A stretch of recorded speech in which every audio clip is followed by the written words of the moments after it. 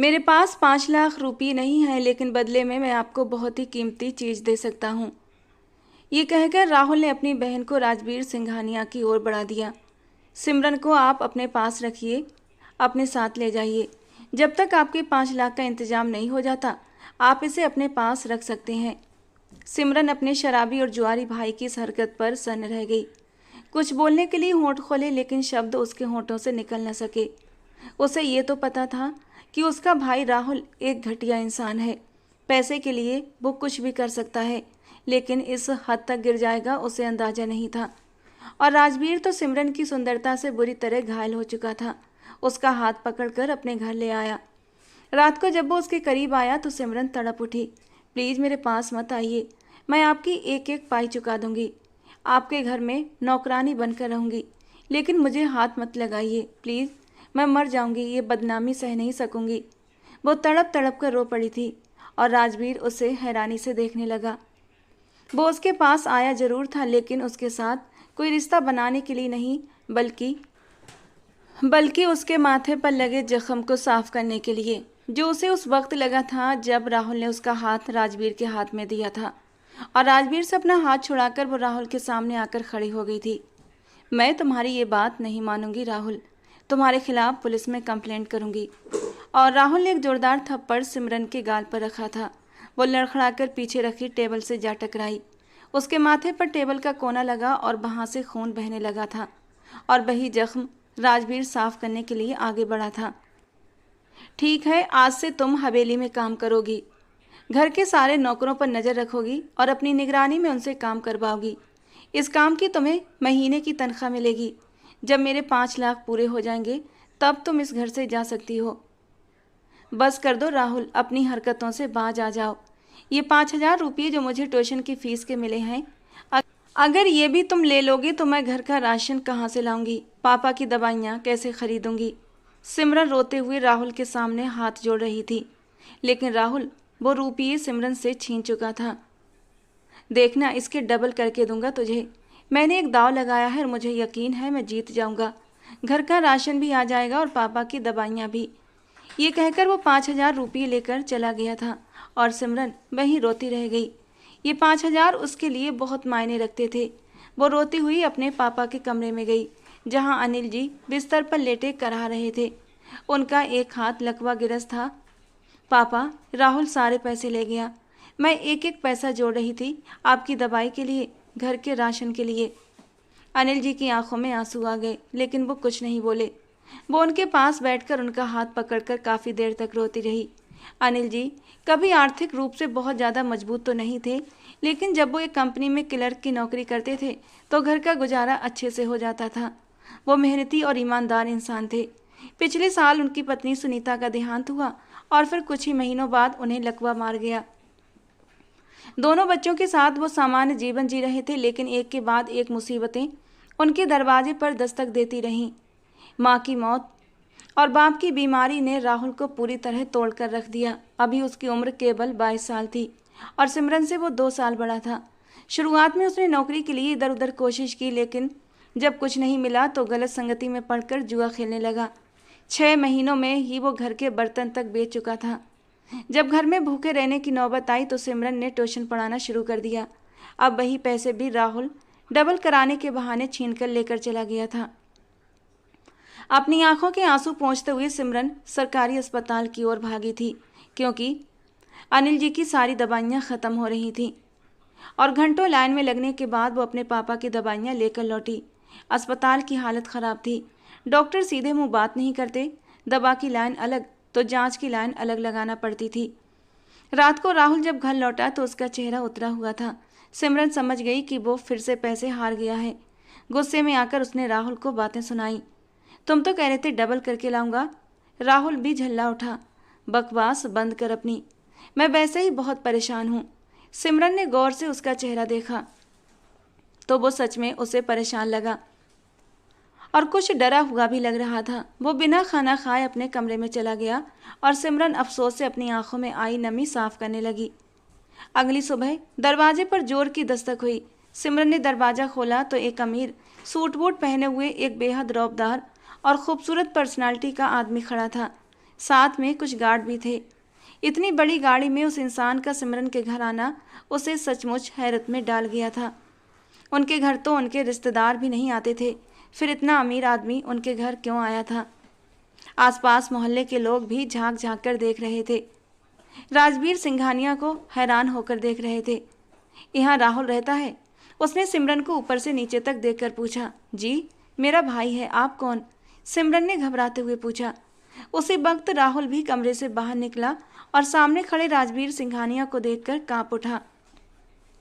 राजवीर सिंघानिया शहर का नामी उद्योगपति। राहुल 4-5 दिन पहले ही उसकी कंपनी में इंटरव्यू देने गया था। उसकी हालत देखकर राजवीर ने उसे नौकरी पर भी रख लिया था और उसे 5 लाख रुपये एक जरूरी डील के पहुंचाने के लिए दे दिए थे। रास्ते में राहुल को एक पुराना दोस्त मिला जिसने उसे बहकाया, तो ये पैसे एक जगह डबल कर सकता है, 100% जीत पक्की है। राहुल लालच में आ गया और पूरा पैसा जुए में हार गया। अब राजवीर खुद उसके घर पहुंच चुका था, क्योंकि राजवीर के लिए राहुल का पता निकलवाना कोई मुश्किल काम नहीं था। राहुल राजवीर के पैरों में गिर पड़ा। माफ़ कर दीजिए सर, मैं लालच में आ गया था, प्लीज़ मैं आपके पैसे वापस कर दूंगा। जबकि सिमरन हैरानी से ये सब कुछ देख रही थी। राजवीर ने उसे ऊपर उठाया और एक जोरदार थप्पड़ मारते हुए कहा, बात पैसे की नहीं है, बात मेरे विश्वास की है। मैंने तुम्हारी हालत पर तरस खाकर तुम्हें नौकरी दी, लेकिन तुमने मेरे भरोसे को तोड़ दिया और मैं धोखेबाजों को बिल्कुल बर्दाश्त नहीं करता। ये कहकर राजवीर ने उसका कॉलर पकड़ लिया। इस धोखे की सज़ा तुझे ज़रूर मिलेगी, जेल जाने के लिए तैयार हो जा। और जेल की धमकी सुनकर राहुल डर गया था। उसे कुछ भी समझ नहीं आ रहा था कि वो खुद को कैसे बचाए, और तभी उसके दिमाग में एक ख्याल बिजली की तरह चमक उठा था। राहुल ने झट से डरकर जल्दी से सिमरन का हाथ पकड़ा और राजवीर की ओर बढ़ाया। सर आप इसे अपने साथ ले जाइए, जब तक मैं आपके पैसे वापस नहीं कर देता इसे अपने पास रखिए। राजवीर को अब एक और झटका लगा था। उसे ये तो पता था कि राहुल झूठा है, धोखेबाज है, पर अब ये देखकर वो हैरान रह गया था कि ये आदमी इतना गिरा हुआ है कि अपनी बहन को सौंपने से भी नहीं हिचक रहा। सिमरन की आंखों में आंसू छलक आए। वो एक झटके से राहुल की ओर बढ़ी और उसे कॉलर से पकड़ते हुए बोली, बेगैरत इंसान, अपनी बहन का सौदा करते हुए तुझे शर्म नहीं आती? राहुल ने बदले में उसे खुद से दूर झटका था और वो लड़खड़ाकर आंगन में पड़ी टेबल से जा टकराई और उसके माथे से खून बहने लगा। तो क्या मैं जेल चला जाऊं? कम से कम तो किसी अमीर आदमी के पास जाएगी और मैं पापा का इलाज करवा सकूंगा। पापा का नाम बीच में मत लो राहुल, ये सब कुछ तुम सिर्फ और सिर्फ अपने लिए कर रहे हो। सिमरन की कांच जैसी हरी आंखों से आंसू बहने लगे और राजवीर अब तक पूरे हालात बहुत अच्छे से समझ चुका था। सिमरन की मजबूरी और उसकी बेबसी उसके दिल को छू गई थी।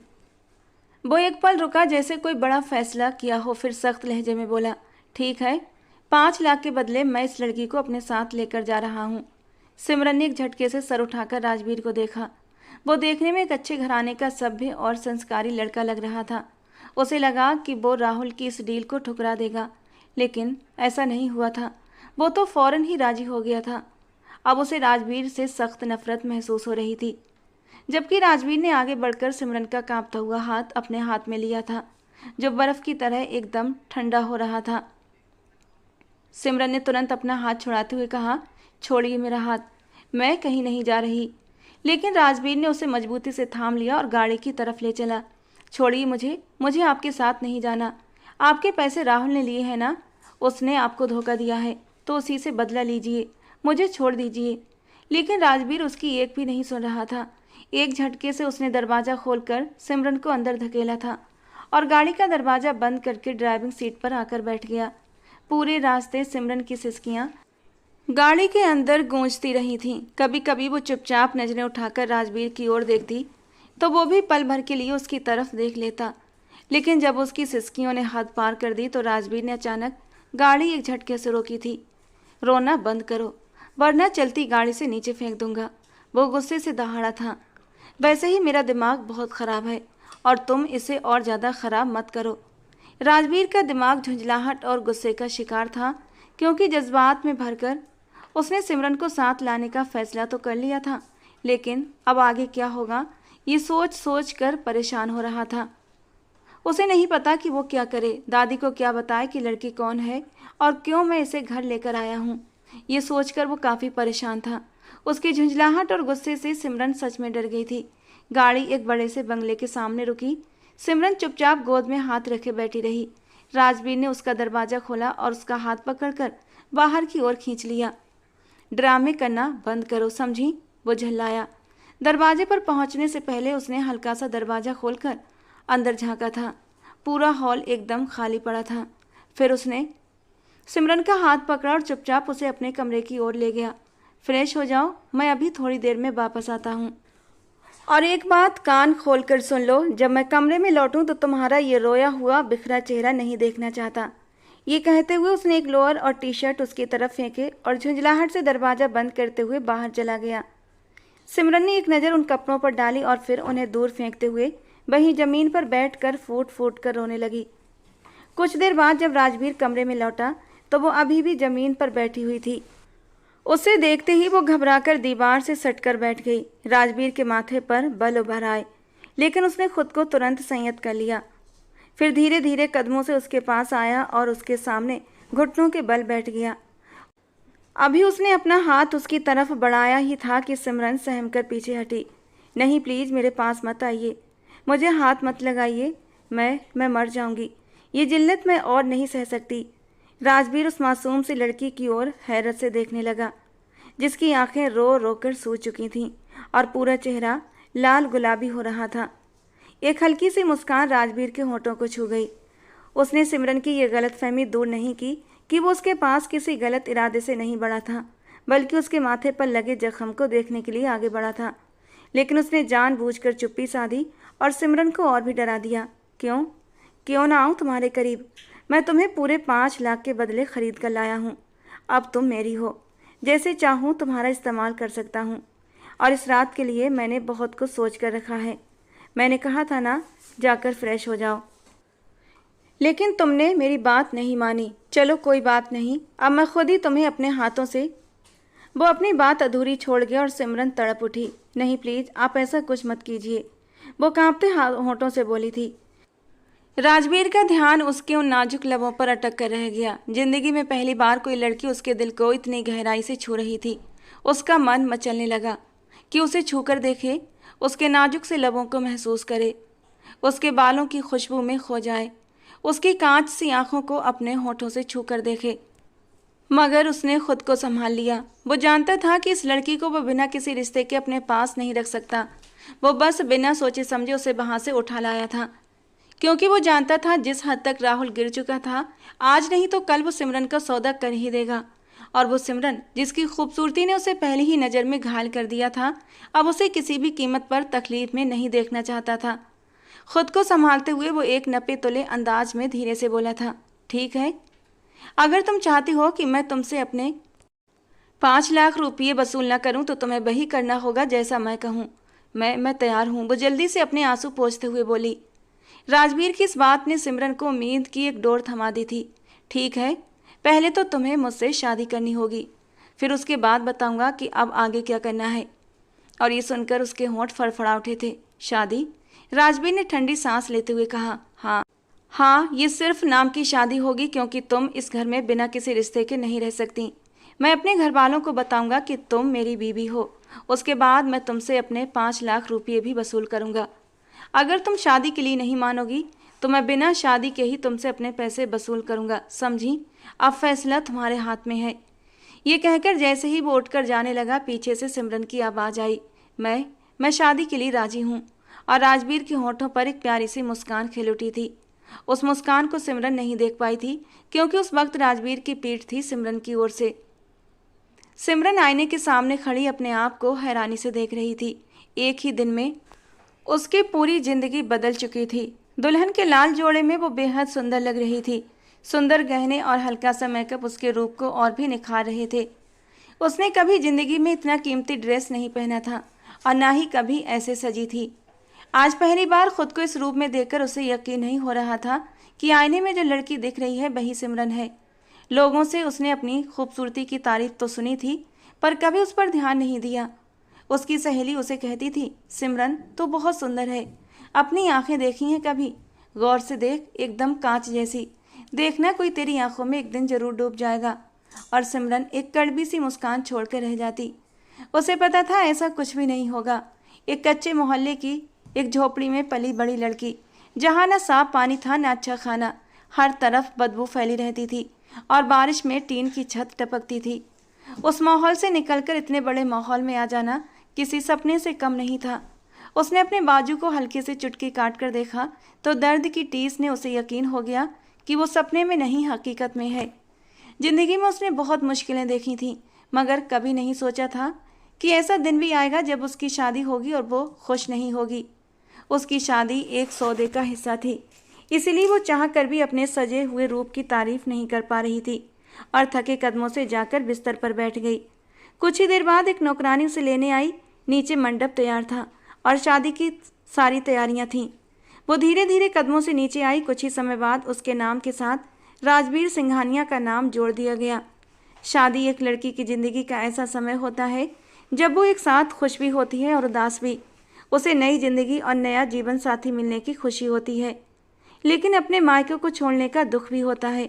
सिमरन के दिल में तो खुशी नाम की कोई चीज़ नहीं थी। हाँ, दुख जरूर था। अपने घर को छोड़ने का नहीं, बल्कि अपने आप को एक सौदा बन जाने पर उसे बेख्तियार अपने पापा की याद आई। पता नहीं राहुल ने पापा को समय पर खाना और दवाई दी होगी या नहीं। उन्होंने मेरे बारे में ज़रूर पूछा होगा। राहुल ने पापा को क्या बताया होगा मेरे बारे में। यही सब सोच सोचकर सिमरन परेशान हो रही थी। पता नहीं आगे उसकी ज़िंदगी में क्या क्या होने वाला था। राजवीर सिंघानिया सुबह उसे अपने साथ लाया था और अब फिर घर से चला गया था।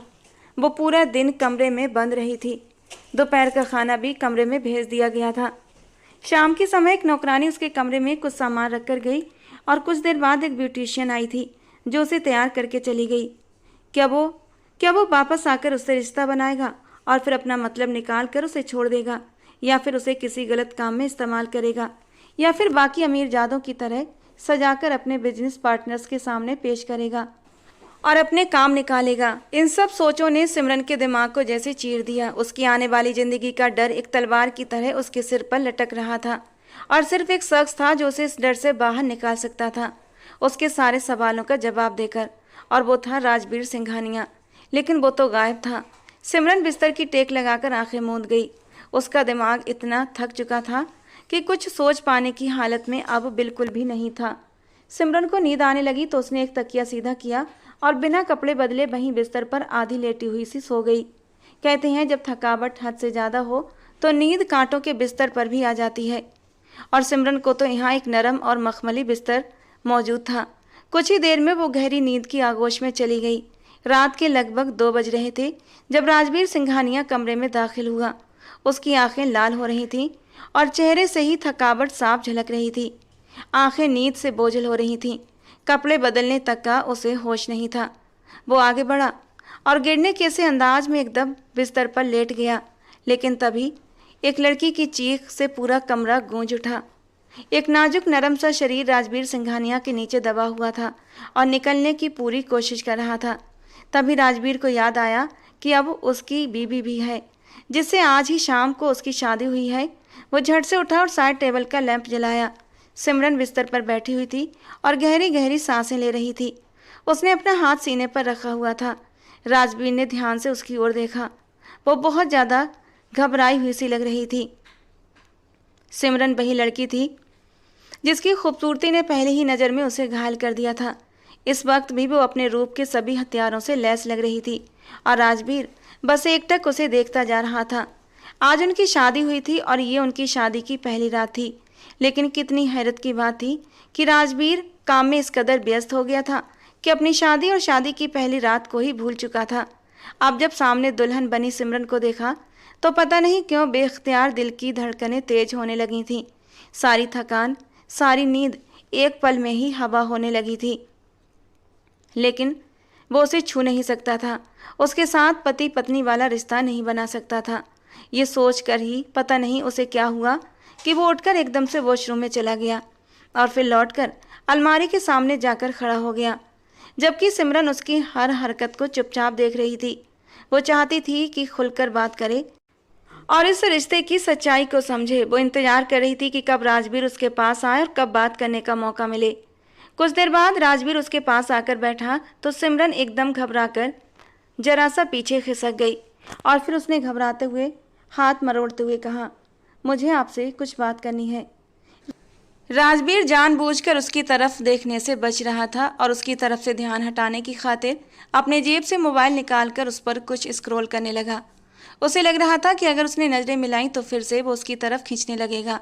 लेकिन सिमरन की बात सुनकर उसने उसकी तरफ देखा और फिर धीरे से उसके करीब आया। उसे कंधों से पकड़ा ही था कि सिमरन के पूरे वजूद में एक करंट सा दौड़ चुका था। यानी इस सौदे की शादी में भी राजवीर उससे अपना हक वसूल करना चाहता है। ये सोच कर ही सिमरन को रोना आया था। बड़ी बड़ी आंखों से आंसू बहने लगे। वो सिमरन के चेहरे को ध्यान से देख रहा था कि तभी सिमरन ने पलकें झुका लीं और उसकी आंखों से आंसू और भी तेजी से बहने लगे। प्लीज़ मेरे पास मत आइए, मैं आपकी एक एक पाई चुका दूंगी, आपको बोला था ना मैंने। राजवीर ने हैरानी से उसकी ओर देखा। सिमरन का भरोसा जीतना इतना आसान नहीं था। उसने झट से उसके कंधों को छोड़ दिया था। ठीक है, तुम मेरे पैसे लौटाने के लिए क्या करोगी? जानती भी हो पूरे 5 लाख रुपये हैं। मेरे लिए ये रकम कुछ भी नहीं, लेकिन शायद तुम्हारे लिए बहुत बड़ी है। कहाँ से लाओगी इतने सारे पैसे? राजवीर ने उसकी तरफ देखकर एक भौं उठाते हुए पूछा। वो जानना चाहता था कि सिमरन के इरादे क्या हैं। मैं कुछ भी कर लूँगी, मगर आपके पैसे मैं लौटा दूंगी। अगर आप मुझे घर से बाहर जाकर काम करने की इजाज़त दें तो मैं जल्दी ही आपके पैसे चुका दूंगी, चाहे मुझे डबल शिफ्ट क्यों ना करनी पड़े। सिमरन धीरे से बोल रही थी, जबकि राजवीर दिल ही दिल उसके जवाब से काफ़ी प्रभावित हुआ था। ठीक है, आज से तुम इसी घर में रहोगी और काम करोगी। घर के सारे नौकरों पर नज़र रखना, घर का हिसाब किताब करना अब तुम्हारी जिम्मेदारी होगी। और इसके लिए मैं तुम्हें हर महीने सैलरी दिया करूँगा। जब तुम्हारे 5 लाख पूरे हो जाएंगे तब तुम इस घर से जा सकती हो। यह हमारी कॉन्ट्रैक्ट मैरिज भी उस दिन ख़त्म हो जाएगी। राजवीर ने बहुत ही मुलायम लहजे में सिमरन के चेहरे को नज़रों में भरते हुए कहा। सिमरन ने उसकी बात समझते हुए सिर हिला दिया और अपनी पूरी रजामंदी दे दी। राजवीर कुछ देर उसे खामोशी से देखता रहा, फिर गहरी सांस लेकर कमरे से बाहर निकलता चला गया। कुछ समय बाद वो दोबारा कमरे में लौटा। उसके हाथ में कॉफ़ी के 2 कप थे। मैं तुम्हारे साथ कुछ बातें साफ करना चाहता था, मगर साथ ही नींद भी बहुत आ रही थी, तो सोचा कॉफ़ी बना दूं, ताकि बात भी हो जाए और नींद भी थोड़ी दूर हो जाए। राजवीर की बात सुनकर सिमरन ने हैरानी से उसकी ओर देखा, मगर कुछ नहीं बोली और चुपचाप उसके हाथ से एक कप कॉफ़ी का ले लिया। राजवीर उसके सामने बैठ गया और उसकी मोहक सूरत को नज़रों के घेरे में लेते हुए बोला, देखो सिमरन, इस घर में मेरी एक दादी हैं। मेरे माँ बाप बहुत पहले मर चुके हैं। मुझे मेरी दादी ने ही पाला है। उन्हीं की बदौलत मैं इस लायक बना कि अपने पापा का बिजनेस संभाल सकूं। मैं दादी से बहुत प्यार करता हूं। बस इतना कहना है कि तुम्हारे होने से उन्हें कोई शिकायत नहीं होनी चाहिए। सिमरन ने राजवीर की बात सुनकर सहमति में सिर हिला दिया। हालांकि वो उसकी बात पूरी तरह समझी नहीं थी। जब भी एक सौदे की शादी थी तो देर सवेर उसे ख़त्म हो जाना था। तो फिर आखिर उसे क्या ज़रूरत थी कि वो उसकी दादी का ख्याल रखती या ना रखती, मगर उसे इस घर में नौकरों की निगरानी करनी थी और उन्हीं के साथ नौकरों की तरह काम भी करना था। इसीलिए उसने कोई सवाल जवाब नहीं किए और इस बात को भी अपनी ड्यूटी समझते हुए सिर हिला दिया। उसकी इतनी आज्ञाकारिता देखकर राजवीर मुस्कुरा दिया और फिर कहने लगा, इस घर में किसी को भी ये नहीं पता चलना चाहिए कि हमारी शादी एक कॉन्ट्रैक्ट मैरिज है। जैसे ही समझौता पूरा होगा हम ये रिश्ता ख़त्म कर देंगे और तुम आज़ाद। इसी वजह से हमें एक ही कमरे में पति पत्नी की तरह भी रहना होगा। मैं तुम्हारी मर्जी के खिलाफ कभी भी तुम्हारे करीब नहीं आऊँगा, लेकिन हमें एक ही कमरे में रहना होगा ताकि किसी को हमारे रिश्ते की सच्चाई का अंदाज़ा ना हो। क्या तुम मेरी बात समझ रही हो? सिमरन के लिए ये सब करना आसान नहीं था। उसे समझ नहीं आ रहा था कि वो राजवीर के साथ एक ही कमरे में कैसे रह पाएगी, मगर इनकार की भी कोई स्थिति नहीं थी। इसीलिए चुपचाप सहमति में सिर हिला दिया। क्या तुम भी कुछ कहना चाहती हो? इस रिश्ते को निभाने के लिए क्या तुम्हारी कोई शर्त है? राजवीर ने पूछा तो सिमरन ने ना में सिर हिला दिया। सिमरन के लिए इतना ही बहुत था कि उसकी इज्जत इस घर में महफूज थी। राजवीर ने उससे कोई शारीरिक रिश्ता बनाने की ज़बरदस्ती नहीं की थी। ये बात ही उसके लिए बहुत बड़ी थी। उसे अपना कर्ज चुकाने का मौका मिल रहा था और वो इस ज़बरदस्ती के रिश्ते से बाहर निकल सकती थी। अगर राजवीर उसे वापस भेजने से इनकार कर देता तब भी वो क्या कर सकती थी। आखिर वो 5 लाख के बदले इस घर में लाई गई थी। अब वो उसके सामने अपनी कोई भी शर्त रखना नहीं चाहती थी। उसकी ये चुप्पी और सहमति राजवीर को उस समय जरा भी अच्छी नहीं लगी, मगर फिर वो चुपचाप उठकर सोफे पर जाकर लेट गया। उसका इरादा तो सिमरन से और बातें करने का था। वो उसके चेहरे को और निहारना चाहता था, मगर जब सिमरन ने ही बात खत्म कर दी तो उसे भी चुपचाप हटना पड़ा। सुबह राजवीर की आंख पीठ में उठती दर्द की तेज लहर की वजह से खुली। रात भर सोफे पर सोने के कारण उसकी कमर अकड़ चुकी थी। वो कराहते हुए उठा और बिस्तर की ओर देखा, मगर सिमरन वहाँ नहीं थी कि तभी वॉशरूम से पानी गिरने की आवाज़ आई तो वो थोड़ा सा सीधा होकर बैठ गया। तभी दरवाज़ा खुला और सिमरन बाहर निकली। सिमरन को देखकर राजवीर को जोर का झटका लगा। सिमरन के कपड़े इतने अजीब थे कि वो खुद को रोक नहीं सका और जोर से हंस पड़ा। उसने अपनी शादी के जोड़े वाले जरीदार दुपट्टे को कुछ इस अजीब अंदाज में लपेट रखा था जैसे किसी ने एक ही दुपट्टे से साड़ी बनाने की कोशिश की हो। हाँ, ब्लाउज लहंगे वाला ही पहना हुआ था। राजवीर हंसी से लोटपोट हो गया और सिमरन के पास आकर खड़ा हो गया। वो बहुत ही कंफ्यूज हो चुकी थी और फिर शर्मिंदा होकर निगाहें झुकाकर खड़ी हो गई। ये तुमने कैसे कपड़े पहन रखे हैं? मैंने आज तक किसी लड़की को ऐसे कपड़ों में नहीं देखा, राजवीर ने हंसते हुए कहा। राजवीर को इस तरह हंसता देखकर सिमरन की आंखों में आंसू आ गए। उसने रोते हुए कहा, मेरे पास शादी के जोड़े के अलावा दूसरा कोई कपड़ा नहीं था, और जो कपड़े आप मुझे कल देकर गए थे इस कमरे में वो भी नहीं थे। जब मैं नहाने गई तब मुझे ध्यान आया कि लहंगा पहनकर तो कमरे से बाहर नहीं निकल सकती। अब आपको नींद से जगाना भी मुझे अच्छा नहीं लगा। उसकी ये बात सुनकर राजवीर को शर्मिंदगी महसूस हुई। माफ़ करना सिमरन, मुझे इस बात का अंदाज़ा नहीं रहा कि तुम्हारे पास कपड़े नहीं होंगे। ऐसा करो, अलमारी में से कोई भी मेरी शर्ट और ट्राउज़र पहन लो। मैं आज तुम्हारे लिए कपड़े मंगवा देता हूँ और फिर तुम खुद शॉपिंग पर जाकर जो चाहे खरीद लेना। राजवीर ने बड़े ही खुले दिल से ये बात कही थी। उसकी आंखों से बहते आंसू देखकर वो बेचैन था। वो आगे बढ़ा और सिमरन की आंखों से आंसू पोंछने लगा। उसकी भीगी हुई आंखें बेहद हंसी लग रही थीं और राजवीर का दिल जोरों से धड़कने लगा। उसका दिल किया कि आगे बढ़कर अपने होंठ सिमरन की पलकों पर रख दे, मगर उसने खुद पर काबू रखा। सिमरन के चेहरे को छूते ही उसके अंदर एक करंट सा दौड़ गया। दोनों कई पल तक एक दूसरे की आंखों में खोए रहे। ये लम्हे बहुत ही खूबसूरत थे, मगर दोनों को अपने हालात का एहसास था। इसीलिए सिमरन पीछे हट गई और राजवीर भी लंबी सांस लेते हुए वॉशरूम में चला गया। उसे खुद को संभालने के लिए वक्त चाहिए था और यही हाल सिमरन का भी था।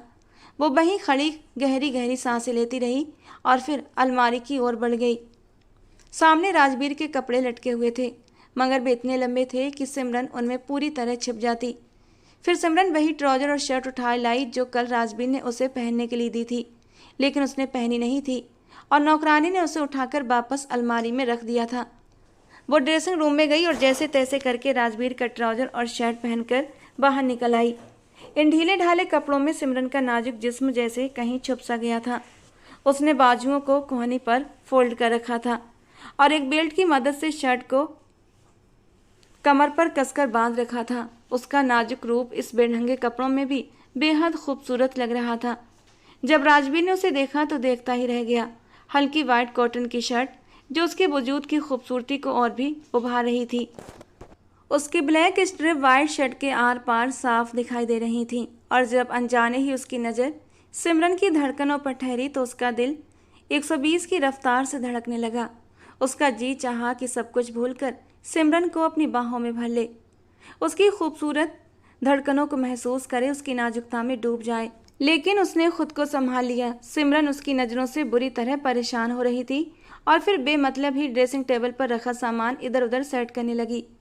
राजवीर के लिए उसे नज़रअंदाज करना आसान नहीं था, लेकिन फिर भी उसने खुद पर काबू रखा और कदम बाहर की ओर बढ़ाए कि तभी पीछे से उसे सिमरन की आवाज़ सुनाई दी। मुझे एक बार अपने पापा से मिलना है। राजवीर के कदम एक पल के लिए रुक गए। उसने मुड़कर सिमरन की ओर देखा। तुम्हारे पापा इस वक्त एक अस्पताल में एडमिट हैं और उनका इलाज चल रहा है। भगवान ने चाहा तो वो जल्दी ही ठीक हो जाएंगे। हॉस्पिटल में? लेकिन पापा तो घर पर थे ना, उनकी तबीयत तो ठीक है ना? वो एकदम घबराकर राजवीर के सामने आकर खड़ी हो गई। रिलैक्स, वो बिल्कुल ठीक है। कल पूरा दिन मैं इसी भागदौड़ में लगा रहा। अंकल जी की तबीयत बिगड़ने लगी थी तो मैं उन्हें लेकर अस्पताल चला गया था। राहुल को तो मैं एक ही नज़र में पहचान गया था कि वो कैसा इंसान है। कल पूरा दिन वो घर नहीं आया था और इसी दौरान अंकल जी की तबीयत और भी ज़्यादा बिगड़ गई थी। मैंने उन्हें एक अच्छे हॉस्पिटल में एडमिट करवा दिया है और डॉक्टर उम्मीद दिला रहे हैं कि वो जल्दी ही ठीक हो जाएंगे। और सिमरन की आंखों में आंसू चमकने लगे थे।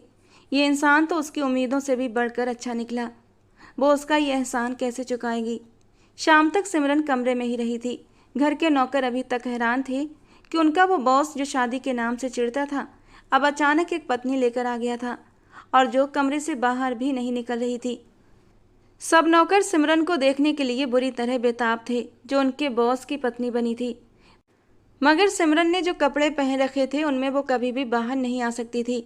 राजवीर बाहर से लौटकर आया तो उसके हाथों में ढेर सारे शॉपिंग बैग थे, जिनमें सिमरन के लिए कपड़े, जूते, कॉस्मेटिक्स और बाकी ज़रूरत की सारी चीज़ें थीं। राजवीर ने सारा सामान सिमरन की ओर बढ़ा दिया और जब सिमरन ने सामान बाहर निकाला तो उसमें मौजूद लेडीज सामान देखकर उसका चेहरा शर्म से लाल हो गया, जबकि राजवीर एक होंठ दांतों से दबाते हुए उसकी ओर शरारत से देख रहा था। ये क्या बदतमीजी है राजवीर, आपको ये सब लाने की क्या ज़रूरत थी। उसने जल्दी जल्दी सारा सामान वापस बैग में डाला और लाल चेहरा लिए राजवीर की तरफ से पीट करके खड़ी हो गई। उसका दिल जोरों से धड़कने लगा था। राजवीर उसके सामने आकर खड़ा हो गया। क्यों ज़रूरत नहीं थी, पत्नी हो तुम मेरी, तुम्हारी चीज़ों का ख्याल मैं नहीं रखूँगा तो कौन रखेगा। वैसे साइज वगैरह तो मुझे पता नहीं था, लेकिन कल से तुम्हें देखने के बाद मुझे थोड़ा बहुत आइडिया हो गया था। वो उसकी खूबसूरत नाजुक वजूद को बड़ी ही गहरी नज़रों से निहार रहा था और उसकी नज़रों की तपिश महसूस करते हुए सिमरन ने जल्दी से अपने सीने पर हाथ रख लिए थे। आप बहुत बेशर्म हैं, वो ज़ोर से हंस पड़ा। तुमने बेशर्मी दिखाने का मौका ही नहीं दिया। मैं तो इससे भी ज़्यादा बेशर्म हूँ। वैसे तुम चाहो तो तुम्हारी अनुमति से मैं तुम्हें बेशर्मी दिखा सकता हूँ। 2 कदम आगे बढ़ते हुए उसने सिमरन के कान में सरगोशी की थी और साथ ही उसके कान की लौ को हल्के से अपने लबों से छू गया था और सिमरन का दिल धड़क उठा। उसे हल्का सा धक्का देते हुए सारा सामान उठाकर वो ड्रेसिंग रूम के अंदर भाग गई थी और फिर गहरी गहरी सांसें लेने लगी। पीछे से उसे राजवीर की आवाज़ आई थी, अच्छा सुनो, ब्लू वाला सूट पहनना तुम पर अच्छा लगेगा। उसने डार्क ब्लू कलर का सूट निकाला जिस पर हल्का मोतियों का काम किया गया था। बहुत खूबसूरत था। कपड़े पहनने से पहले जब उसने अपनी पर्सनल चीज़ें पहनी तो उसके लबों पर एक हल्की सी मुस्कान आई थी। साइज उसे एकदम फिट बैठा था। कितने घाघ है राजवीर, नज़रों ही नज़रों में मेरा साइज भी पता कर लिया। एक हल्की सी शर्मीली मुस्कान सिमरन के होठों को छू रही थी, लेकिन अगले ही पल उसका चेहरा उदास हो गया। मुझे अपनी औकात नहीं भूलनी चाहिए। मैं सिर्फ एक सौदे के लिए लाई गई हूँ। जैसे ही कर्ज उतर जाएगा मैं यहाँ से चली जाऊँगी। मुझे राजवीर के लिए अपने दिल में कोई जज्बात नहीं पालने चाहिए और राजवीर की इन बातों को मुझे सीरियसली नहीं लेना चाहिए। वो तो एक मर्द है। जब सामने खूबसूरत जवान लड़की मौजूद होगी तो कौन मर्द होगा जो अपने जज्बातों पर काबू रख सके, वो भी तब जब सामने वाली लड़की उसके साथ एक जायज़ रिश्ते में बंधी हो। मुझे पता है राजवीर मुझे पाना चाहता है, मेरे वजूद से अपनी प्यास बुझाना चाहता है और अगर ऐसा न होता तो वो मुझे पैसों के बदले अपने घर लेकर ना आता। मुझे खुद को मजबूत बनाना होगा, अपनी इज्जत को बचाकर रखना होगा। जज्बातों में बहकर अगर मैं कोई गलती कर बैठी तो राजवीर का तो कुछ नहीं बिगड़ेगा। कुछ रातों तक मुझे अपने बिस्तर की शोभा बनाने के बाद वो मुझे अपनी ज़िंदगी से निकाल देगा और फिर उसके बाद मेरी ज़िंदगी बर्बाद हो जाएगी। आखिर मैं हूँ ही क्या, मेरी हैसियत क्या है। राजवीर की नरम तबीयत की वजह से उसके दिल में राजवीर के लिए जो भाव पनपने लगे थे उन्हें उसने थपक थपक कर सुला दिया और फिर कपड़े पहनकर बाहर आ गई, जहाँ राजवीर बेड पर कुछ ज्वेलरी बॉक्स खोले बैठा था। सिमरन हैरान रह गई। ये सब क्या है राजवीर, अब तुम सोनी कलाइयाँ लेकर तो नहीं घूमोगी ना। सिमरन ने एक नज़र उस सामान पर डाली और फिर संजीदगी से राजवीर की तरफ देखते हुए बोली, मैं ये सारा सामान नहीं ले सकती। आप कपड़े वगैरह ले आए यही काफ़ी है। बल्कि ऐसा करना, ये भी मेरे हिसाब में लिख देना। मैं आपका कोई भी उधार बाकी नहीं रखना चाहती। राजवीर के उस पर बहुत ज़्यादा एहसान थे और वो इससे ज़्यादा एहसान लेना नहीं चाहती थी। सिमरन की बात सुनकर राजवीर ने गंभीरता से उसकी ओर देखा। इन सब का पैसा मैं तुमसे नहीं लूँगा। तुम मेरी बीवी का किरदार निभा रही हो तो तुम्हें उसी तरह रहना होगा जैसे मेरी असली बीवी रहती। हमें और तुम्हें ये बात मालूम है कि तुम मेरा कर्ज चुकाने के लिए इस घर में हो, मगर बाहर के नौकरों को यही लगता है कि तुम मेरी बीवी हो, जिससे मुझे दीवाना बार प्यार हो गया है। अब अगर तुम इस तरह के हुलिये में बाहर जाओगी तो सबको शक हो जाएगा और वे लोग जाकर दादी को सब कुछ सच बता देंगे, जबकि मैं नहीं चाहता कि दादी को हमारे रिश्ते की सच्चाई का पता चले। वे रिश्तों को लेकर बहुत संवेदनशील है और इस मामले में मुझे भी कोई छूट नहीं देती। इसीलिए हमारे लिए मुश्किल पैदा मत करो और जो मैं तुम्हारे लिए लाया हूँ उसे चुपचाप अपना लो। राजवीर कहकर कमरे में पड़े सोफे पर जाकर बैठ गया और मोबाइल में व्यस्त हो गया, जबकि सिमरन ने राजवीर की दी हुई ज्वेलरी में से सोने की चूड़ियाँ और गले में एक मंगलसूत्र पहन लिया। बाकी सारे बॉक्स उठाकर उसने अलमारी में रख दिए थे। इस बार राजवीर ने भी उससे ज़्यादा बहस नहीं की थी। वो कमरे से बाहर निकल आई। सामने से जाती हुई एक नौकरानी ने उसे देखकर पूछा कि उसे किसी चीज़ की ज़रूरत तो नहीं, तो सिमरन ने ना में सर हिला दिया और उससे दादी के कमरे के बारे में पूछने लगी। अब जब वो इस नाटक का हिस्सा बन ही चुकी थी तो वो इसे पूरी सच्चाई से निभाना चाहती थी। दादी के कमरे के दरवाजे पर दस्तक देकर वो अंदर चली आई। सामने दादी काउच पर अर्ध लेटी थीं। एक नौकरानी उनके लिए चाय कप में डाल रही थी। सिमरन को तो लगा था कि राजवीर की दादी कोई बूढ़ी सी औरत होंगी, लेकिन सामने जो औरत थी वो इतनी बूढ़ी नहीं थी, काफ़ी स्वस्थ और जवान दिख रही थी। सिमरन आगे बढ़ी और दादी के पैर छूते हुए बोली, प्रणाम दादी माँ। दादी ने ध्यान से उसकी ओर देखा तो फिर उसके सिर पर हाथ फेरते हुए मुस्कुरा दी। जीती रहो, खुश रहो, सदा सुहागन रहो। अब मुझे समझ आया कि राजवीर ने तुम्हें कमरे में छिपाकर क्यों रखा था। उसे डर लग रहा होगा कि कहीं उसकी खूबसूरत सी बीवी को किसी की नज़र न लग जाए। मैं कहकर थक गई कि मुझे बहू से मिलवा दे, बहू से मिलवा दे, लेकिन वो मेरी बात को बार बार टालता रहा। इतनी खूबसूरत बहू देखकर दादी भी खुश हुई थी, इसलिए उन्होंने सिमरन को ढेरों आशीर्वाद दे दिया। सिमरन की ज़िंदगी में ऐसा कोई नहीं था जो उसे इस तरह आशीर्वाद देता। दादी की बातें सुनकर उसकी आंखें भीग गईं, मगर उसने किसी तरह आंसुओं को रोक लिया था और फिर दादी से अपना परिचय देने के बाद हल्की फुल्की बातें करने लगी। दादी उम्र में भले उससे कई गुना बड़ी थी, मगर उनका मिजाज बहुत चुलबुला था। बात बात पर मजाक करना जैसे उनकी आदत थी। सिमरन भी खुश मिजाज थी, इसलिए वो जल्दी ही दादी से घुल मिल गई और फिर दोनों बातों में मगन हो गई। तभी कमरे में प्रवेश करता हुआ राजवीर ये दृश्य देख रहा था। उसने दिल ही दिल में इस रिश्ते के बने रहने की दुआ की और ख़ुद भी गला खखारते हुए कमरे में आ गया, जहाँ दादी अब गुस्से में बैठी थी। उन्होंने तुरंत राजवीर का कान पकड़ लिया और डांटने लगी कि आखिर उसने उनकी गैर मौजूदगी में शादी कैसे कर ली। न कोई ढोल धमाका, न किसी रिश्तेदार या दोस्त को बुलावा, बस लड़का लड़की ने आपस में फैसला किया और शादी कर ली। काफ़ी देर बाद जब दादी का गुस्सा शांत हुआ तो उन्होंने राजवीर के सिर पर हाथ फेरते हुए कहा, भले तुमने मुझसे पूछे बिना शादी की है, लेकिन दुल्हन बहुत प्यारी लाए हो। इसका हमेशा ख्याल रखना और कभी इसका दिल मत दुखाना। दादी राजवीर का हाथ पकड़कर उसे प्यार से समझा रही थी। वो धड़कते दिल के साथ राजवीर को दादी से बातें करते हुए सुन रही थी। वो दादी के सामने सिमरन का ख्याल रखने के वादे कर रहा था, जबकि सिमरन को ये सब झूठ लग रहा था। जल्दी ही तो उनका रिश्ता टूट जाने वाला था। उसने दुख भरी नज़रों से राजवीर की ओर देखा था, मगर अब वो उसकी तरफ देख भी नहीं रहा था। वो गहरी चंचल नज़रें जो कुछ देर पहले उसी पर जमी थीं, अब पूरी तरह दादी पर थीं। वो अपनी चमकती आंखों से दादी को ही देख रहा था, आंखों में ढेर सारी मोहब्बत और सम्मान लिए हुए। बेखुदी में सिमरन के दिल में ये तमन्ना जागी, काश इन आंखों में मेरे लिए भी ऐसी ही मोहब्बत हो। कुछ भी हो, राजवीर बहुत ख्याल रखने वाला और चाहने वाला पति था, और ऐसा पति तो हर लड़की चाहती है। न चाहते हुए भी सिमरन अपने दिल में राजवीर के लिए एक जगह बनते हुए महसूस कर रही थी। कुछ देर बाद सब लोग डाइनिंग हॉल की तरफ चले गए, जहां दादी ने सिमरन के स्वागत में तरह तरह के पकवान बनाए थे। धीरे धीरे दादी और सिमरन की गहरी दोस्ती हो गई। दिन में सिमरन सभी नौकरों से अपनी निगरानी में काम करवाती, दादी के लिए उनके मनपसंद खाने बनाती और कभी कभी राजवीर के लिए भी उसकी पसंद की डिश बना देती। राजवीर और दादी के सारे काम वो अपने हाथों से करती। दादी उससे बहुत प्यार करने लगी थी। सिमरन को भी दादी से बहुत दिली लगाव हो गया था। और फिर एक दिन ऐसा आया जब उसे एहसास हो गया कि दादी के साथ साथ वो राजवीर से भी मोहब्बत करने लगी है। उस दिन वो बहुत ज़्यादा थकी हुई थी, क्योंकि आज उसने दादी और राजवीर के कपड़े धोए थे, दादी के पैरों की मालिश की थी, उनके बालों में तेल लगाया था और उनके लिए खाना भी बनाया था। राजवीर के लिए भी एक चॉकलेट केक बनाया था। ये सब काम करके जब वो कमरे में आई तो उसने राजवीर की शर्ट इस्त्री करके अलमारी में सलीके से टांगना शुरू कर दिया। आखिरी शर्ट को टांगने लगी तो अचानक राजवीर की उसी टी शर्ट पर नज़र पड़ी जो वो रात को पहनकर सोया था और अब हैंगर में लटक रही थी। बेख्याली में उसने वो टी शर्ट उठाकर अपने हाथों में थाम ली और फिर वो टी शर्ट अपने ऊपर फैलाकर एक बाजू को पकड़कर सूंघा और फिर टी शर्ट को अपने होंठों से छूते हुए अलमारी में वापस रख दिया। ये एक अनजाने में हुई हरकत थी, मगर उसी पल उसे एहसास हो गया कि वो राजवीर की मोहब्बत में डूब चुकी है। इस एहसास के साथ उसकी आंखों में आंसू आ गए।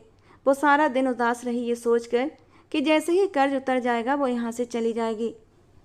और इसी सिलसिले में रात को उसने राजवीर से पूछा, आपने मेरी मंथली सैलरी कितनी तय की है? उसे यहाँ रहते हुए करीब 2 महीने हो चुके थे। इन 2 महीनों में वो अपने पापा से भी जाकर मिलाई थी। उसके पापा अब पहले से काफ़ी ठीक हो गए थे। बैसाखी के सहारे चलने भी लगे थे। अपने छोटे मोटे काम भी खुद कर लिया करते थे। राजवीर ने उन्हें किराने की दुकान कर दी थी जिस पर अनिल जी बैठने लगे थे। राहुल का तो कुछ पता ही नहीं था कि वो कहाँ चला गया। बस उसने एक खत छोड़ा था कि वो अपने दोस्त के साथ दुबई जा रहा है पैसे कमाने। उसका सवाल सुनकर राजवीर के चेहरे की मुस्कान भी फीकी पड़ गई थी। तुम्हें कितनी चाहिए? राजवीर ने आईब्रो उठाते हुए उससे पूछा। उसके चेहरे की फीकी मुस्कान को सिमरन भी देख चुकी थी, जितनी किसी नौकर की होती है। ये कहते हुए उसे बहुत तकलीफ हुई थी। वो पूरी दुनिया के सामने नौकर बनकर रह सकती थी, लेकिन राजवीर के सामने नौकर बनना उसे बहुत दुख दे रहा था और इस ख्याल से ही उसकी आंखें भीगने लगी थीं। राजवीर ये सब देख रहा था। वो सिमरन की ओर बढ़ा। सिमरन जब अपने आंसू न रोक सकी तो उसने मुंह मोड़ लिया। राजवीर बिल्कुल उसके पीछे आकर खड़ा हो गया और उसके दोनों कंधों को पकड़कर उसका रुख अपनी ओर कर लिया। एक आंसू उसकी आंख से गिरा और गाल पर आकर ठहर गया, जिसे राजवीर ने अपने होठों से चूम लिया। राजवीर के होंठ अपने गाल पर महसूस करते ही सिमरन की जैसे सांसें रुक गईं। उसके शरीर में एक सिहरन दौड़ गई। दोनों बेसुध होकर एक दूसरे की आंखों में देख रहे थे। सिमरन के कंधों को थामे राजवीर थोड़ा सा उसके करीब हुआ और उसकी आंखों में झांकने लगा और फिर अचानक झुकते हुए उसने सिमरन के होंठों पर अपने होंठ रख दिए और खुद को सुकून देने लगा। न जाने कितनी देर तक वो उसके होंठों पर झुका रहा। ये पल इतने हसीन थे कि राजवीर का दिल कर रहा था वक्त यहीं थम जाए। काफ़ी देर गुजर जाने के बाद जब राजवीर पीछे हटा तो सिमरन का चेहरा लाल हो चुका था। वो गहरे गहरे सांस ले रही थी। उसका ये रूप राजवीर के दिल में उतरता जा रहा था। वो सिमरन को अपने बाहों के घेरे में लिए उसके सिर पर अपने होंठ रखते हुए कहने लगा, आज के बाद मत रोना। तुम्हारी आंखों के आंसू मुझे तकलीफ देते हैं। तुम जितनी कहोगी उतनी सैलरी तय कर दी जाएगी। बस मैं तुम्हारी आंखों में आंसू न देखूं। मुझे लगता है जैसे इन आंसुओं के साथ मेरा दिल भी डूब जाएगा। अपनी बाहों के घेरे में सिमरन को लिए वो उसके कान में सुकून घोल रहा था, जबकि वो स्तब्ध थी। राजवीर ये सब क्यों कह रहा था? क्या वो भी उससे प्यार करने लगा था? इन ख्यालों से सिमरन के दिल में खुशी की लहर दौड़ गई, मगर जब उसे अपनी हैसियत याद आई तो ये खुशी ज़्यादा देर तक टिक न सकी। वो कैसे राजवीर के साथ खुश रह सकती थी या रिश्ता बना सकती थी जब वो इस घर में उसकी बीवी की तरह सिर्फ एक सौदे का हिस्सा बनकर आई थी? ये हकीकत वो अच्छे से जानती थी। एक पल लगा उसे हकीकत की दुनिया में लौटने में। वो राजवीर के बाहों से खुद को अलग करती हुई कपड़े लेकर वॉशरूम में चली गई और वहाँ काफ़ी देर तक आंसू बहाती रही। सिमरन के इस तरह चले जाने पर राजवीर ने गुस्से से अपनी मुट्ठियाँ भींच लीं। उसे खुद पर गुस्सा आ रहा था कि वो खुद पर काबू क्यों नहीं रख पाता। अभी तक तो सिमरन का दिल भी नहीं जीता था और वो उसके जिस्म पर हक जताने लगा था। वो कमरे से बाहर निकल गया। सिमरन जब वापस आई तो कमरा खाली था। वो बहुत उदास हो गई, मगर ये वक्त दादी को दवाई देने का था, इसीलिए उनके कमरे में चली गई। रात को जब वो वापस कमरे में आई तो राजवीर ने उसके सामने एक चेक रख दिया। कहने लगा, तुम्हारी सैलरी मैंने 50,000 रुपये तय की है। मेरा कर्ज 5 लाख था, जिसमें से 1 लाख चुका दिया गया है। अब 4 लाख बाकी हैं। मेरा ये कर्ज उतारने के लिए तुम्हें 8 महीने यहाँ काम करना होगा। राजवीर उसकी 1 महीने की सैलरी 2.5 लाख भी तय कर सकता था और 2 महीने की सैलरी में ही 5 लाख दिखाकर उसके सिर से ये बोझ हटा सकता था। मगर उसे मालूम था जैसे ही सिमरन को कर्ज ख़त्म होने की खबर मिलेगी वो यहाँ से चली जाएगी। जबकि राजवीर को अपनी मोहब्बत का एहसास दिलाने के लिए कुछ वक्त चाहिए था। इसीलिए दिल पर पत्थर रखकर उसने सिमरन को चेक पकड़ाया। सिमरन तो 50,000 की सैलरी सुनकर बहुत खुश हो गई थी। वो कहीं भी काम करती, लेकिन 50,000 उसे कहीं भी मिलने वाले नहीं थे। ऐसे में बहुत कम वक्त में उसका कर्ज उतर सकता था। जबकि उसके चेहरे पर फैली हुई इस खुशी को राजवीर देख चुका था और मन ही मन उदास हो गया। शायद सिमरन भी जल्द से जल्द उससे छुटकारा पाना चाहती है और यहाँ से जाना चाहती थी। सिमरन बेड पर लेटी हुई थी और उसने अपनी आंखों पर हाथ रखा हुआ था। राजवीर भी उसके बराबर बेड पर लेटा हुआ था। उसने पहले दिन ही राजवीर से कह दिया था कि वो सोफे पर सो जाएगी। राजवीर बेड पर आराम से सो सकता है, मगर वो भी जानता था कि कमरे में मौजूद सोफ़ा ऐसा नहीं था जिस पर चैन से सोया जा सके। इसीलिए राजवीर ने भी शर्त रखी कि दोनों बेड पर ही सोएंगे, लेकिन एक दूसरे से दूरी बनाकर, ताकि दोनों को सुकून की नींद आए। सिमरन ने उसकी बात मान ली। राजवीर उसके पास आकर लेट गया। राजवीर को वो बहुत उदास लग रही थी, मगर वो चाहते हुए भी उसके लिए कुछ नहीं कर सकता था। जबकि सिमरन अपनी आंखों पर बांह रखे अपनी बीती जिंदगी के बारे में सोच रही थी। पता नहीं राहुल कहाँ होगा और क्या कर रहा होगा। उसकी आंखों से आंसू बहने लगे। काश वो राजवीर को किसी और हालात में मिली होती। ऊपर वाले ने राजवीर को उसकी किस्मत में तो लिखा था, मगर इस तरह कि वो कभी उसके सामने सर उठाकर नहीं जी सकती थी। इन्हीं बातों को सोचते हुए सिमरन सो गई थी, जबकि इससे बेखबर राजवीर इसी ख्याल में डूबा हुआ था कि काश सिमरन उसे किसी और वक्त मिली होती। राहुल उसका भाई न होता, तब वो पूरे सम्मान से उसका हाथ मांगता, धूमधाम से शादी करता और सिमरन को रुखसत करके अपने घर ले आता। सिमरन को देखते ही वो उससे मोहब्बत करने लगा था, मगर हालात उस वक्त ऐसे थे कि वहाँ रुककर वो सिमरन का रिश्ता नहीं मांग सकता था, और इसीलिए उसे उस वक्त जो सही लगा उसने वही किया। मगर अब वो सिमरन के दिल से ये बात नहीं निकाल सकता था कि वो उसका खरीदार है। वो चाहता था कि सिमरन इस बात को भुला दे, मगर सिमरन की खुददारी उसे इस बात की इजाज़त नहीं दे रही थी। अभी तक उसे सिमरन के जज्बात का भी पता नहीं था कि वो उसके बारे में क्या सोचती है। दोनों ही अपने अपने दिल में दर्द छुपाए बस यही सोच रहे थे, काश हम एक दूसरे से किसी और हालात में मिले होते। रात का न जाने कौन सा पहर था जब सिमरन को एहसास हुआ कि कोई उसके बेहद करीब है। झट से उसने अपनी आंखें खोल दी। राजवीर आंखों में मदहोशी के रंग लिए उसके ऊपर झुका हुआ था। एकदम धक्का देते हुए वो उठ बैठी। राजवीर, जो आज बुरी तरह बेचैन था और अब उसे निहारते हुए अंदर ही अंदर मदहोश हो रहा था, मगर सिमरन और इसी मदहोशी में उसके बेहद करीब आ गया था। अब उसका ये रिएक्शन देखकर वो हैरान हुआ था। ये आप क्या कर रहे हैं? आप अपना वादा भूल रहे हैं राजवीर जी। मैं आपको एक अच्छा इंसान समझती थी, लेकिन आप भी हवस परस्त निकले। मौका पाते ही मेरा वजूद पाने के लिए मेरे करीब आ गए। आंखों के आंसू पोंछते हुए बोली, और आज पहली बार राजवीर को गुस्सा आया था। उसने सिमरन को बाजू से पकड़कर झंझोड़ कर रख दिया। पत्नी हो मेरी, जब चाहूँ जैसे चाहूँ तुमसे अपना हक वसूल सकता हूँ, लेकिन मैं ऐसा नहीं कर रहा क्योंकि मैं तुम्हारे साथ ज़बरदस्ती करना नहीं चाहता। लेकिन आज तुमने मुझे मेरी ही नज़रों में गिरा दिया। मुझे तुमसे ये उम्मीद नहीं थी। वो गुस्से से रूम के बाहर निकल गया और सिमरन को एहसास हुआ कि उसने कुछ ज़्यादा ही गलत बोल दिया था। अगले दिन वो नज़रें झुकाए राजवीर के सामने खड़ी थी। माफ़ कर दीजिए, रात मैंने आपको कुछ ज़्यादा ही सुना दिया। उसकी आवाज़ में पछतावे की नमी थी, मगर राजवीर का गुस्सा कम होने का नाम नहीं ले रहा था। चेहरा सख्त और नज़रें तीखी। सिमरन ने होंठ भींचे, फिर थोड़ी हिम्मत करके बोली, राजवीर जी, अब आप कुछ ज़्यादा ही नखरे दिखा रहे हैं। अगर आपने मुझे माफ़ नहीं किया तो मैं दादी जी को जाकर सब कुछ बता दूंगी। दादी का नाम सुनते ही उसके सख्त चेहरे पर हल्की सी नरमी उभर आई। होठों की तनी रेखा थोड़ी ढीली पड़ी, नज़रें कुछ पल को नीचे झुकीं और फिर वो धीमे स्वर में बोला, ठीक है, मैं तुम्हें एक शर्त पर माफ़ कर सकता हूँ। सिमरन की धड़कनें तेज हो गईं, चेहरे पर हल्की परेशानी और जिज्ञासा उभर आई। कौन सी शर्त? वो बेचैनी से बोली। राजवीर ने तिरछी नज़रों से उसकी ओर देखा और अपने होंठों पर हल्की सी मुस्कान लाते हुए कहा, मुझे उसी तरह मनाओ जैसे जब मेरी दादी मुझसे नाराज़ होती हैं तब मैं उन्हें मनाता हूँ। ये सुनते ही सिमरन का दिल जोर से धड़क उठा, चेहरा गुलाबी पड़ गया।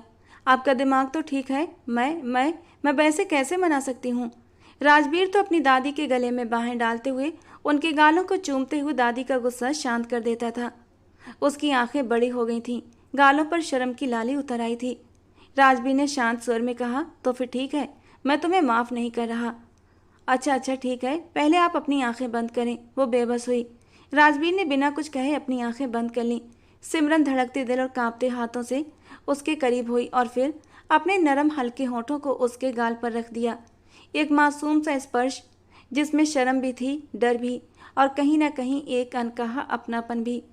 प्लीज़ अब तो माफ़ कर दीजिए। उसकी धीमी सी आवाज़ में जो सच्चाई थी उसने राजवीर के भीतर तक सुकून भर दिया।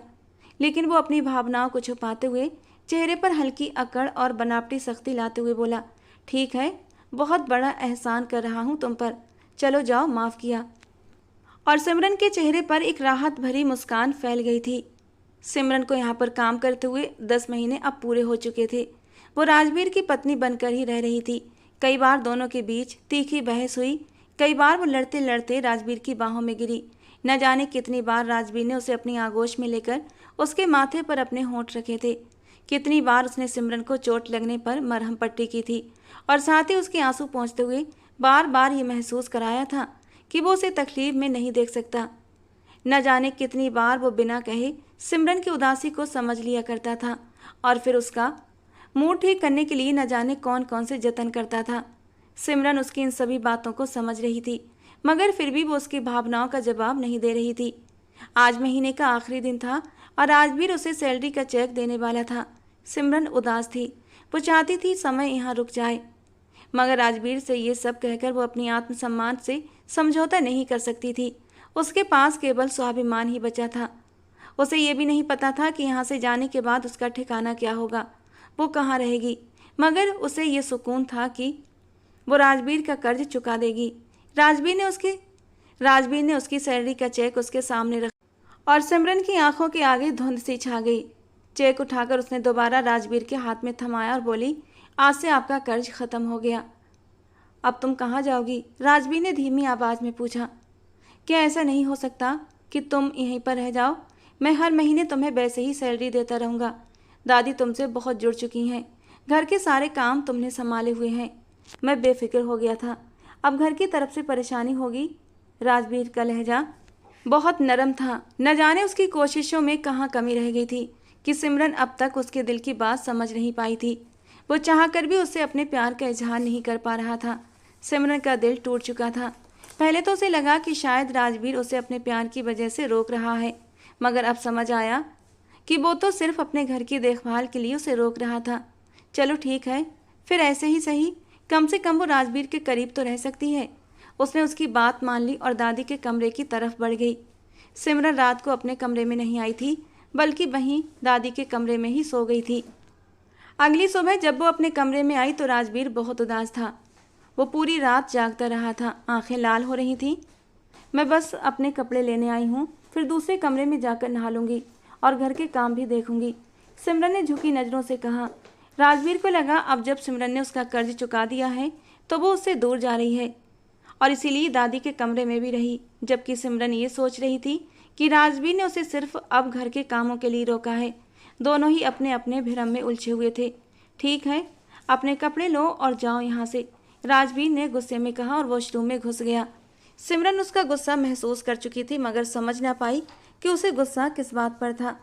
वो कपड़े लेकर दादी के कमरे में चली गई।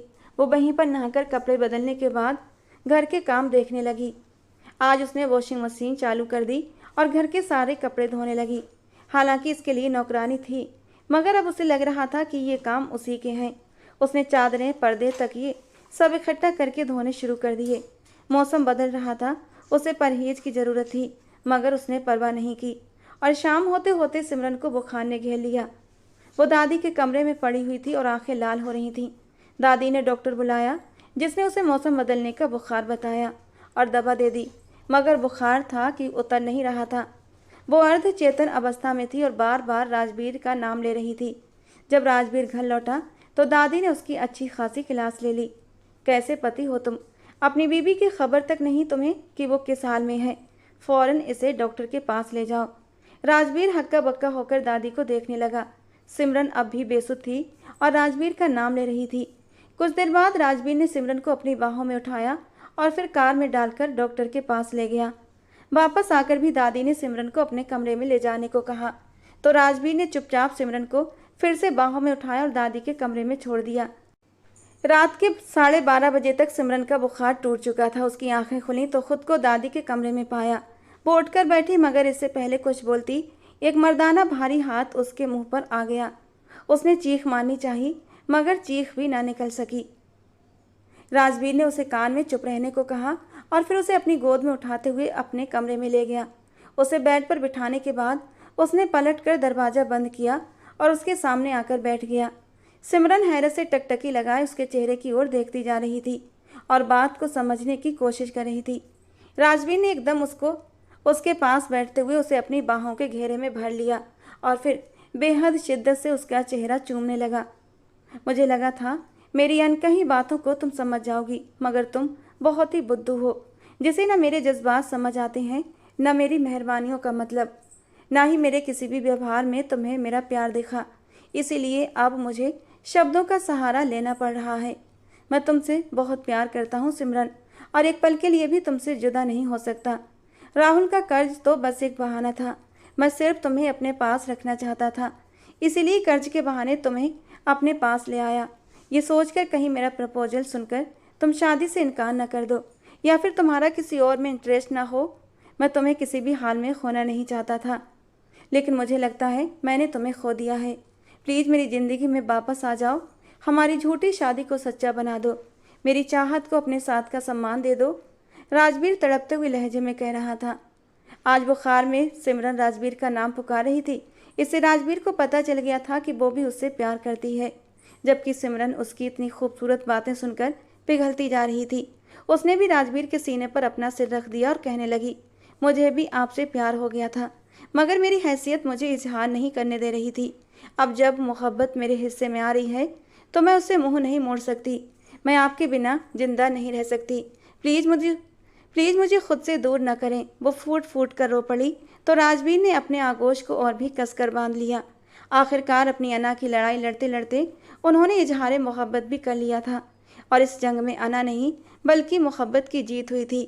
राजवीर ने जब सिमरन को अपनी बाहों में समेटा तो जैसे उनके बीच की सारी दूरियां मिट गईं। कमरे में सिर्फ खामोशियां थीं और उन खामोशियों में उनकी धड़कनें गूंज रही थीं। धीरे धीरे वो उसके वजूद में खोता जा रहा था और सिमरन ने बहुत खुशी से अपना आप राजवीर के हवाले कर दिया था। जिंदगी इस कदर मेहरबान हो जाएगी सिमरन ने सोचा भी नहीं था, और वह भगवान की इस कृपा पर दिल से उसकी आभारी थी कि उसे राजवीर जैसा जीवन साथी मिला था। दोस्तों, आज की हमारी ये कहानी आपको कैसी लगी कमेंट बॉक्स में ज़रूर बताना। पसंद आई हो तो प्लीज़ लाइक करना। रोज़ एक नई और रोमांटिक कहानी के लिए हमारे चैनल को सब्सक्राइब करना। मिलते हैं दोस्तों अगली किसी नई और रोमांटिक कहानी के साथ।